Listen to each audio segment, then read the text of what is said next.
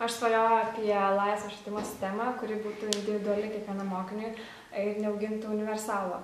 Prasme, nes šiaip mokiniams nebėra įdomu mokytis iš vadovėlių ir kitų tokių atgyvenusių priemonių, nes šiandieniniam medijų pasaulyje, kai mūsų patiek daug įvairiausių įdomių dalykų, filmai, muzika, nežinau, labai daug įvairiausių dalykų, kurie daug labiau interaktyvūs už vadovėlius.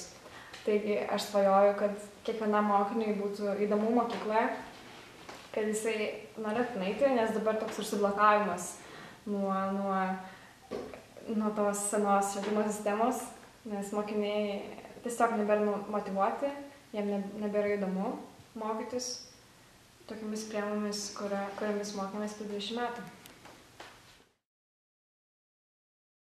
Manau, švietimo bendruomenės pirma yra reikalinga tam, kad skatintų kažką kisti. Nes ne visi, tiesiog žmonės labai pasyvūs iš esmės. Didžioji visuomenės dalis, jie tiesiog eina ir galvoja, kad čia nieko negalima pakeisti, bet ir tiesiog susigyvenus tą blogą aplinkybę, kad mokiniai tapo apatiški. Bet yra švietimo bendruomenė, kuri daro tai, kad būtų geriau, kad būtų geriau visiems mokiniams, kad būtų geriau tiems, kurie yra kūrybingi ir šiek tiek išsiskiria iš tos minios. Ir jiem labai sunku susigyventi su šiandieninė tvarka mokykloje. Stebina betarpiškas bendravimas. Ir iš tikrųjų, čia buvo pirmas pokalbis apie švietimą mano kaip mokinės ir kaip ministerijos darbuotojo, kaip mokytojo, nes dažniausiai tai viskas tokia tvarka ir gyvena, kad nuleidžiam iš viršaus, mes sugeriam ir taip gyvenam, kaip pasako šitie žmonės. O dabar mes galėjom jam patarti, galėjom pasidalinti patirtimi, ką mes jaučiame, kai gauname iš jų tokį žodį ir kaip jie reaguoja, kodėl jie to nori. Ir toks buvo feedbackas tarp mūsų visų. Išmokau nebijoti sakyti, visų pirma, nes tu esi mokinys, iš esmės, tu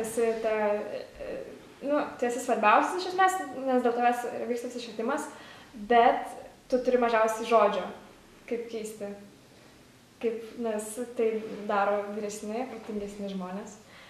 Tai išmokau kalbėti. Nustebino tai, kad mes kartu sėdėjom su mokyklos direktoriais ir ministerijos darbuotojais ant grindų ir piešim. Tai čia buvo, sakau, to didžiulio betarpiško bendravimo pavyzdys, kad mes irgi matome tas pačias problemas, kad panašiai gal netgi jaučiamės kai kuriais klausimais. Didžiulė nauda. Visų pirma, pradėti tie sustingę klodai judėti.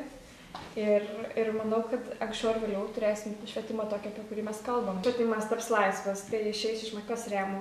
Jis taps interaktyvus, nebus apribotas vadovėlių, nebus apribotas tokių santykių, kuriuo dabar gyvena mokytojas ir mokinys, kad mokytojas nurodo, mokinys tiesiog sėdi klasėje, sėdi didžiulė klasė mokinių ir visi turi tokį pat reikalavimą.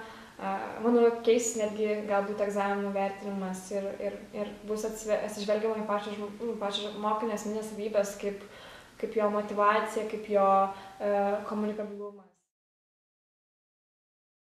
Taip, žinoma. Nes, sakau, tai man buvo milžiniška patirtis ir man turbūt pačiai išjudino tokį didžiulį sąstingį viduje, kad tai gali pasikeisti.